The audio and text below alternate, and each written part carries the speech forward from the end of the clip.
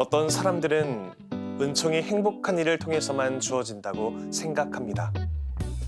마치 선물을 예쁜 리본으로 포장하듯 하느님의 은총 또한 소중한 것이기에 좋은 일에서 올 것이라고 여기는 겁니다. 하지만 하느님의 은총은 불행한 사건을 통해서도 전달됩니다. 모세가 마라의 쓴물에 나무를 던지자 그것이 단물로 바뀌었던 것처럼 우리 인생의 슬픔과 불행에 하느님의 말씀을 던질 때 그것은 은총으로 변해 돌아옵니다. 하느님의 은총이 전해지는 또 다른 통로는 무엇인지 책을 읽으며 좀 더 찾아보겠습니다.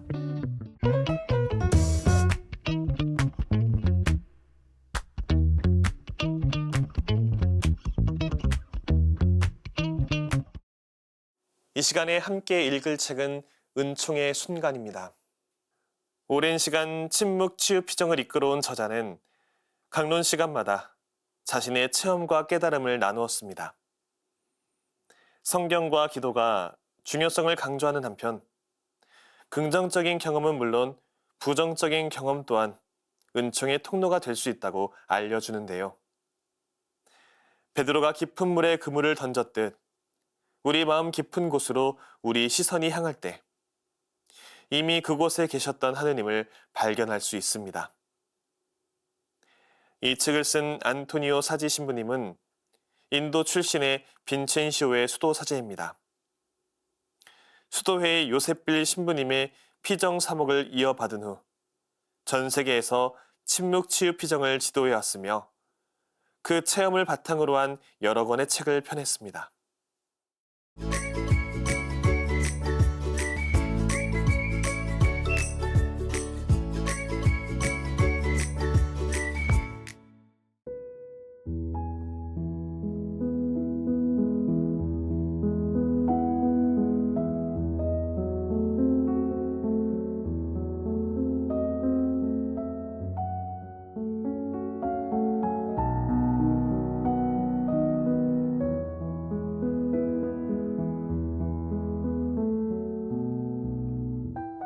피정집이 있는 언덕을 사이에 두고 양쪽으로 두 동네가 있습니다.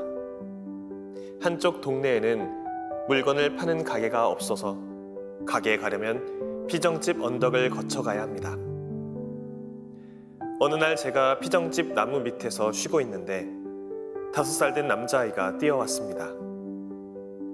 아이가 제게 와서 인사를 하려나 생각했는데 그 아이는 저를 본체 만체하고 지나쳐 달려가면서 무언가 혼잣말로 계속 중얼거렸습니다. 가만히 들어보니 설탕, 소금이라고 반복해서 중얼거리는 거예요. 그런데 조금 후에 아이가 설탕과 소금을 손에 들고 반대편에서 다시 뛰어오는 것을 보았습니다. 그 아이는 설탕과 소금을 집에 갖다 놓고 그제야 제게 와서 인사했습니다.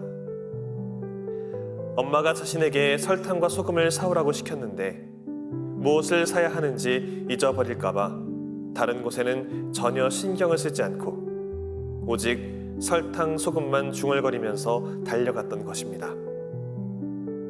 이 아이가 성경을 어떻게 대해야 할지 이해하는데 큰 도움을 주었습니다.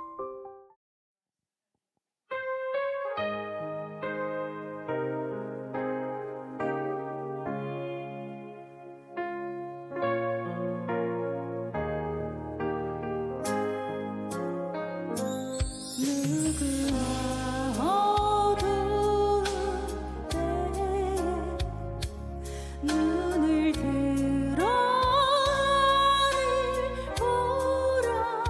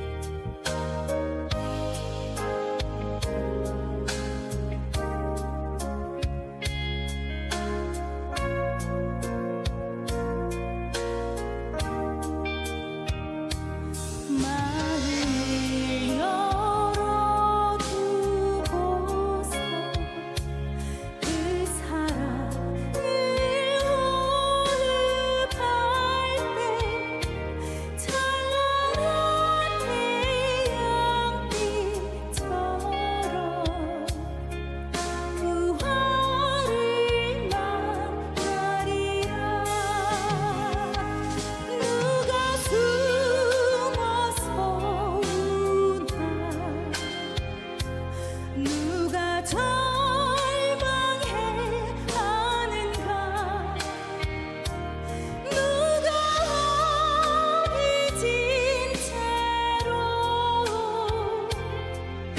영원히 야위는가 십자가 구원 희생 누굴 위한 것인가 주께 희망을 두니니 부활을 만나리라 얼마나 놀라운가 얼마나 싱그러운가 살아계신 주님 사랑 온 땅에 가득해 마음을 열어두고서 그 사랑을 호흡할 때 부활을 만나리라 기뻐 노래하리라 기뻐 노래하리라.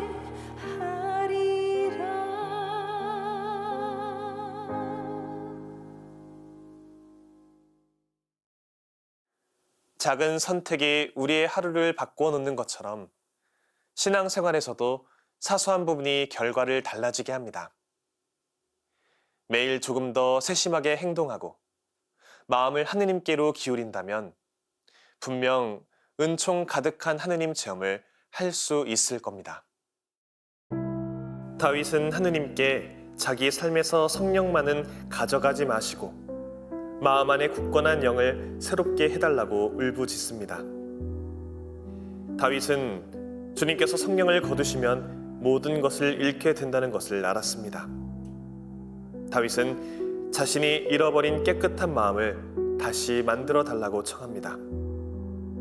주님의 영, 올바른 영, 거룩한 영, 새로운 영을 다시금 부어주시길 청하면서 자신을 내치지 마시고 거룩한 영을 거두지 말아달라고 절절하게 기도합니다. 다윗은 왜 이런 시편을 쓰게 되었을까요? 시편 51편은 다윗의 뉘우침의 열매입니다. 통회하는 사람의 마음에서 이 시편이 만들어졌습니다. 이 아름다운 기도가 하느님의 마음을 돌리게 합니다. 하느님은 죄인의 멸망을 바라시는 분이 아니기 때문입니다. 사울과 다윗은 둘 다 죄를 지었습니다. 그런데 다윗은 구약 성경에서 별처럼 한 자리를 차지하고 있는데 사울은 아스라에 쓰러진 별일 뿐입니다. 다윗이 빛나는 별이 된 것은 그의 온 생애가 거룩했기 때문이 아닙니다. 죄를 뉘우치고 하느님께 돌아왔기 때문입니다. 하느님을 만나고 그분을 깊이 체험했기 때문입니다.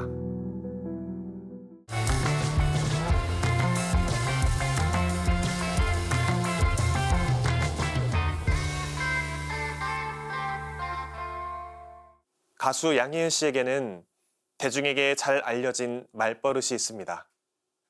그럴 수 있어. 한때 유행어처럼 알려졌던 말이지만 사실은 그녀가 일상에서도 자주 꺼내는 말이라고 합니다.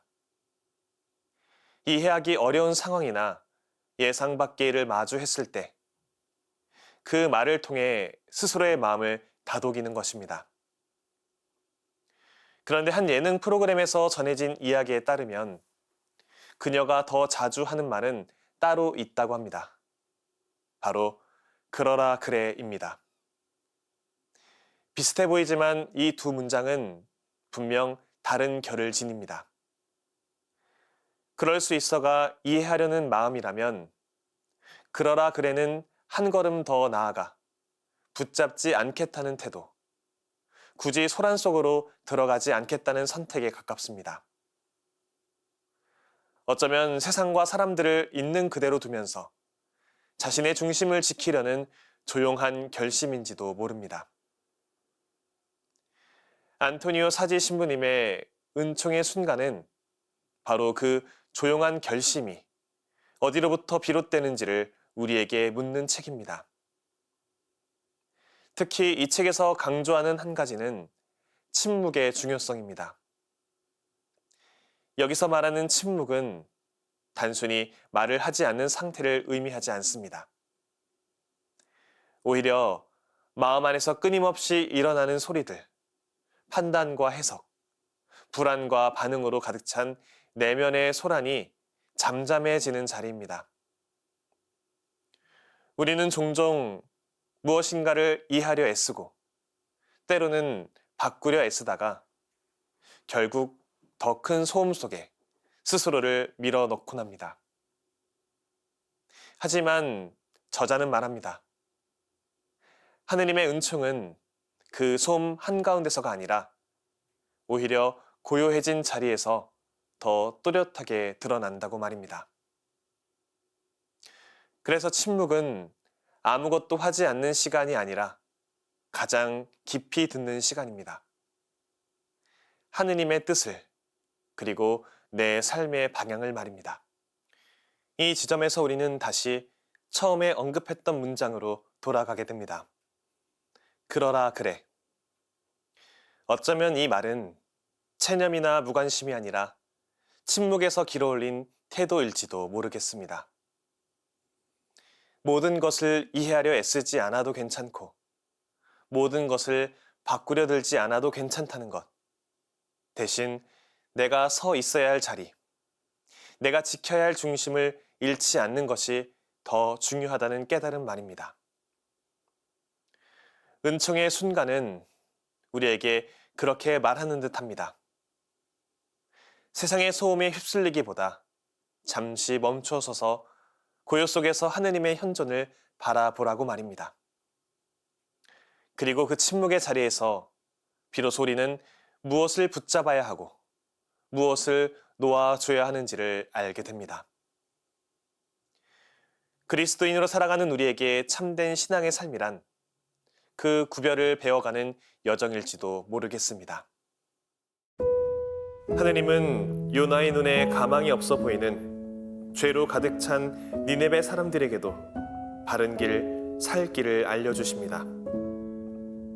요나를 니네베로 보내심으로써 그들이 참된 삶으로 돌아서도록 현세의 욕망을 만족시키는 데 골몰하기보다 영원한 행복을 누릴 수 있도록 이끌어 주십니다. 우리는 원수인 니네베 사람들이 망하기를 바라지만 하느님은 다르십니다. 그것이 요나나 우리에게는 몹시 못마땅하지만 하느님은 우리와 다른 분이라는 사실을 분명히 알아둬야 합니다. 이러한 하느님의 사랑이 오늘을 사는 니네베 사람인 우리 자신에게 그리고 이웃에게 전해야 할 복음입니다. 우리는 하느님만이 진정한 행복을 가져다 주시는 분임을 알아야 합니다. 그런데 하느님께서는 우리의 행복만 원하시는 것이 아닙니다. 우리가 미워하는 그 사람의 행복도 원하십니다. 진정으로 행복한 삶을 살기 위해서는 니네베를 찾아오시는 하느님을 맞아들여야 합니다.